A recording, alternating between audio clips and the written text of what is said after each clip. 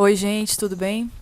Estamos aqui para mais um vídeo do canal no mundo da farmacologia, dando continuidade à aula sobre fármacos utilizados no sistema cardiovascular. Então, esse é o terceiro vídeo sobre o tema. Para quem não me conhece, sou a professora Priscila, PhD em farmacologia, e neste canal, no mundo da farmacologia, eu coloco para vocês vídeos com temas de farmacologia e de fisiologia, vídeos esses para facilitar o estudo de vocês, vídeos curtos com temas únicos e explicação o mais simples possível, né, para que vocês tenham um bom entendimento. Bom, hoje a gente vai dar continuidade aos fármacos cardiovasculares. Nós vamos falar dos inibidores da enzima conversora de angiotensina e nós vamos falar também dos antagonistas dos receptores de angiotensina 2. Nós já tivemos um vídeo onde eu expliquei sobre hipertensão arterial, falamos dos agentes simpaticolíticos e um segundo vídeo onde a gente fala dos vasodilatadores e bloqueadores de canais de cálcio. Ok? Não deixem de ver os outros vídeos, porque é importante para o entendimento de vocês. Então, vamos lá. Então, a gente já viu agente simpaticolítico, vimos vasodilatadores e bloqueadores de canais de cálcio. Hoje, nós vamos ver os inibidores da enzima conversora de angiotensina e os antagonistas dos receptores de angiotensina. E no próximo vídeo, falaremos dos diuréticos. Esses são fármacos utilizados como antihipertensivos, que fazem parte dos fármacos utilizados no sistema cardiovascular, ok? Então, os inibidores da enzima conversora de angiotensina, os inibidores da ECA. Quem são esses fármacos? Os inibidores da ECA, nós temos aí os mais conhecidos, captopril, enalapril, lisinopril, e os mais novos aí, ramipril e trandolapril, que são os fármacos mais novos e eles acabam tendo menos efeitos adversos, né? São as formulações mais novas. São fármacos bastante conhecidos, né? Captopril é extremamente conhecido, enalapril também. Fármacos bastante utilizados aí para o controle da hipertensão arterial. Aqui a gente vai fazer uma revisão. Isso aqui a gente já viu lá na aula de controle das funções renais. É o sistema renina-angiotensina. E onde é que o inibidor da enzima conversora de angiotensina funciona, né? Onde é que ele age? Então, a gente sabe que a renina, ela vai ser liberada lá dos rins, a partir do momento que eu tenho uma diminuição, né, do fluxo sanguíneo, da pressão arterial naquela região. A diminuição da pressão arterial naquela região faz com que eu tenha a liberação de renina. Essa liberação de renina pelos rins, ela vai catalisar a ação ela vai catalisar e transformar angiotensinogênio, que foi produzido lá no fígado, em angiotensina 1. Essa angiotensina 1, ela sofre a ação da enzima conversora de angiotensina e se transforma em angiotensina 2. A angiotensina 2 tem uma ação aí de vasoconstrição. Ela sozinha tem uma ação de vasoconstrição e ela também causa aí o estímulo para a liberação de aldosterona. E esse estímulo da liberação de aldosterona, a aldosterona é produzida lá nas nossas suprarrenais, uma vez liberada na corrente sanguínea, a aldosterona ela é capaz de alterar aí a concentração de sódio. Ela aumenta a retenção de sódio. O aumento da retenção de sódio tem como consequência uma retenção hídrica e um aumento do volume sanguíneo. Juntamente com uma vasoconstrição que está sendo causada pela angiotensina, nós temos o aumento da pressão arterial. Então, a angiotensina, ela tanto age nos receptores de angiotensina, né, angiotensina 2, como ela age aumentando a liberação de aldosterona. Que a aldosterona vai ter uma ação aí na retenção de sódio, que leva ao aumento da retenção hídrica, né, que causa aumento da pressão arterial. Então, Então, esse é o sistema renina-angiotensina. Além disso, a enzima conversora de angiotensina também age transformando aí bradicinina e substância P em peptídeos não ativos. Então, ela inativa bradicinina e substância P. A bradicinina e substância P, elas têm uma ação de formação de edema e vasodilatação. Então, ao inibir, ao transformar, né, essa bradicinina e substância P em peptídeos não ativos, eu estou favorecendo a vasoconstrição. Né? Então, ao inibir a enzima conversora de angiotensina, eu inibo que a angiotensina 1 se transforme em angiotensina 2, inibo a liberação de aldosterona e a ação de vasoconstrição da angiotensina 2, e eu vou inibir a degradação da bradicinina e substância P, facilitando, ou seja, permitindo com que elas tenham a ação de vasodilatação e de edema. Né? Então, eu inibo vasoconstrição e permito que a substância P e a bradicinina continuem com a sua função de vasodilatação e formação de edema. Ok? Então, espero que vocês tenham entendido. Vamos partir para frente. Então, esses inibidores, né, da enzima conversora de angiotensina, ao utilizar o inibidor da ECA, eu vou inibir aí, fazer com que eu tenha uma concentração diminuída de angiotensina 2.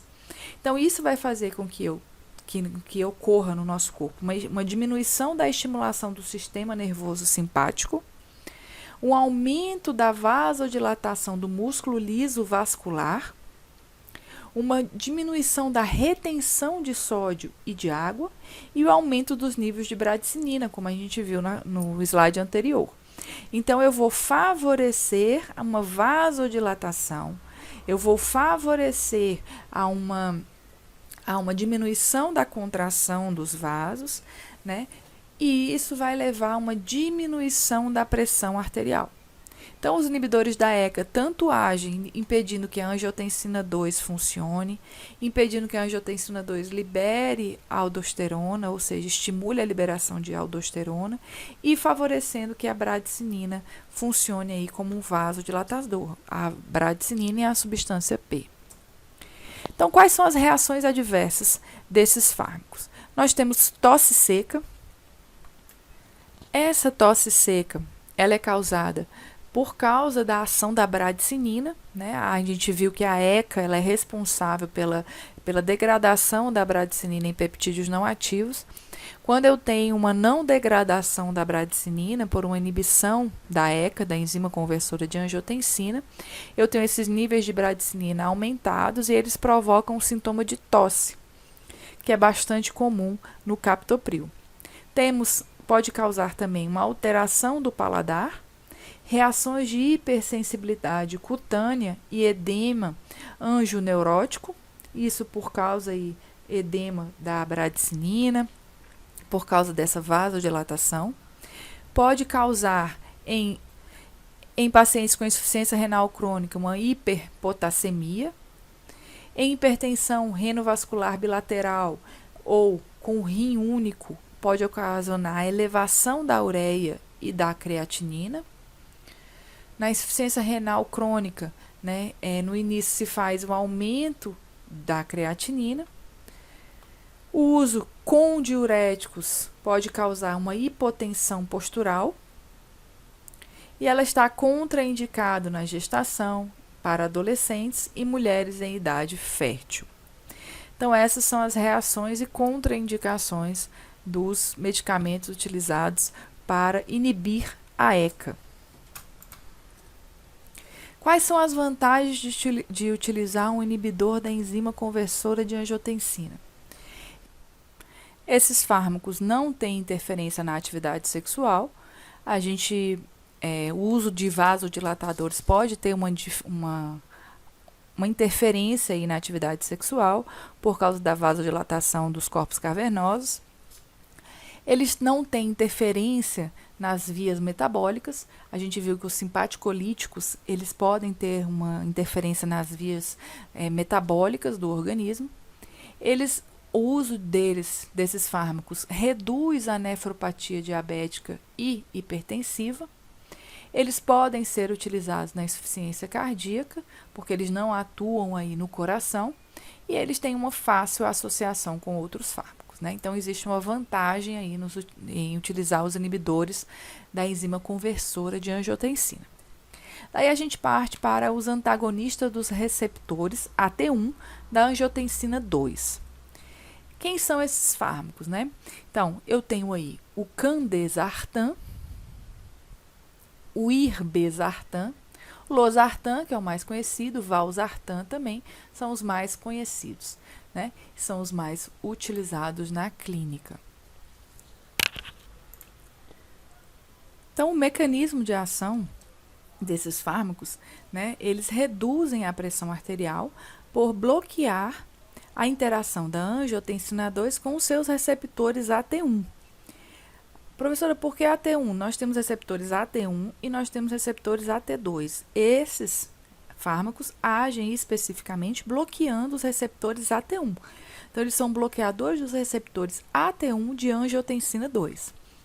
Isso faz com que ocorra uma vasodilatação arterial e venosa, semelhante ao efeito dos inibidores da ECA, com uma alteração que os inibidores da ECA acabam aumentando a concentração de bradicinina, o que não ocorre com os bloqueadores dos receptores de angiotensina 1. Né? Então, como é que isso ocorre? A gente tem aqui a angiotensina 2, ela vai interagir em receptores do tipo AT1 e receptores do tipo AT2. Quando eu bloqueio os receptores do tipo AT1, eu não vou ter aí vasoconstrição. Receptores AT1 vão estar nos vasos, né? A angiotensina interage com esse receptor e causa vasoconstrição. Quando eu tenho o bloqueio desse receptor, eu não tenho vasoconstrição. Então, e além disso, os receptores AT1 também têm ações tróficas. Então, eu inibo tanto essas ações proliferativas, essas ações tróficas, como eu inibo a vasoconstrição, causando aí a vasodilatação. Quando eles agem, né, a angiotensina 2 age no receptor AT2, ela vai aí aumentar a liberação de óxido nítrico e de prostaglandinas. Essas substâncias, o óxido nítrico e prostaglandinas, são responsáveis aí por uma ação vasodilatadora e antiproliferativa. Então, quando a gente usa um bloqueador dos receptores de angiotensina 2, né, eu uso um bloqueador de receptor do tipo 1 de angiotensina 2, eu inibo a vasoconstrição, inibo ações tróficas e acaba que a concentração de angiotensina 2 ela continua sendo produzida da mesma quantidade, né, porque eu não inibo a produção de angiotensina 2, como acontece lá com os inibidores da ECA. Eu simplesmente bloqueio a ação dela específica em um receptor, então elas vão continuar agindo no outro receptor, que vai aí aumentar a concentração de óxido nítrico e prostaglandinas, que têm ações vasodilatadoras e antiproliferativas, ok? Então, por exemplo, aqui a gente tem uma ação do captopril e do enalapril, que são inibidores da ECA. Esses fármacos aqui, eles inibem a conversão da angiotensina 1 e angiotensina 2, né? Então, eles inibem aí a enzima conversora de angiotensina e fazem com que aumente a produção de bradicinina. Então, eu tenho um aumento da produção de bradicinina e uma inibição da angiotensina 2.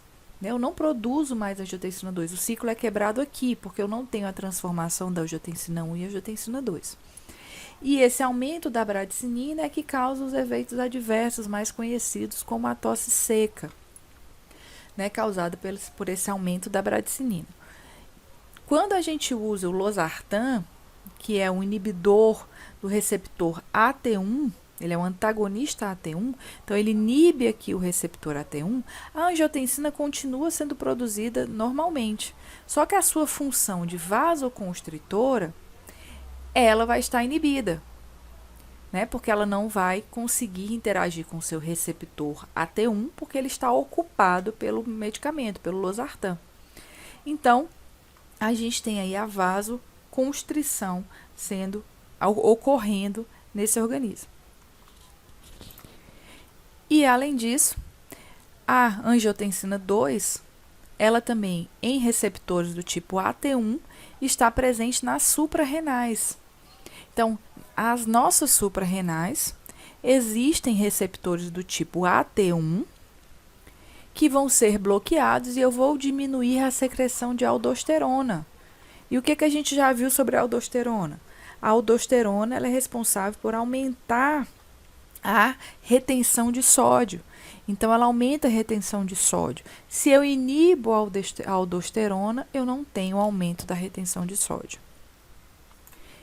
E eles acabam causando também uma hiperpotassemia. Por quê? Sem a liberação da aldosterona, sem retenção de sódio, eu também não tenho retenção de potássio, né? Então, posso causar aí uma hiperpotassemia. Não tem eliminação de potássio, desculpe, não tem retenção de sódio e não tem eliminação de potássio. Então, causa uma hiperpotassemia, porque eu não consigo eliminar o potássio, ok? Então, a gente conseguiu ver a diferença aí do uso dos inibidores da ECA para os bloqueadores de angiotensina 2. Eles vão ter duas ações. Uma ação lá na suprarrenal, impedindo a liberação de aldosterona, que impede aí a retenção de sódio, e impedindo retenção de sódio, eu impeço a eliminação de potássio, então eu causo hiperpotassemia, e inibindo angiotensina, receptor AT1 de angiotensina 2, eu não permito com que essa angiotensina interaja com esses receptores, causando vasoconstrição, ok? Então, quais são as indicações clínicas para esses fármacos? Eles são utilizados para a nefropatia diabética do tipo 2, para a insuficiência cardíaca congestiva e para aquelas pessoas que fizeram o uso da ECA, dos inibidores da ECA e apresentaram a reação adversa de tosse. Quais são as contraindicações? Eles não devem ser utilizados na gravidez, pode ocorrer má formação congênita, na estenose bilateral das artérias renais e na hiperpotassemia. A gente já viu aí que eles também causam uma hiperpotassemia, então eles, por causa da inibição da liberação da aldosterona, e também não devem ser utilizados por pessoas que já apresentam hiperpotassemia. As vantagens do uso dos bloqueadores dos receptores AT1 de angiotensina 2. Eles possuem vantagens sobre os inibidores da ECA, porque não aumenta o bradicinina, não tendo a reação aí de tosse, que é bastante comum, e os efeitos colaterais que ela acarreta, né, a tosse e os broncoespasmos. E além disso, ele é de mais fácil utilização, porque ele é tomado uma única vez, né, ao dia, enquanto os inibidores da ECA a gente viu que eles são utilizados a 2, 3 vezes ao dia. Então, gente, a gente fica por aqui. Eu vou finalizar essa aula aqui. A próxima aula nós vamos falar somente dos diuréticos. Eu espero que vocês tenham gostado da aula. Não deixem de assistir os outros vídeos para que vocês tenham um entendimento completo sobre os fármacos utilizados no sistema cardiovascular. Nós estamos tratando inicialmente dos antihipertensivos. E depois nós vamos continuar com outras patologias importantes. Qualquer dúvida, entre em contato comigo, mandem e-mail, deixem comentários e a gente se encontra na próxima aula. Se vocês gostaram da aula, curtam, compartilhem, se inscrevam no meu canal, tá bom? A gente se encontra na próxima aula. Bons estudos, pessoal!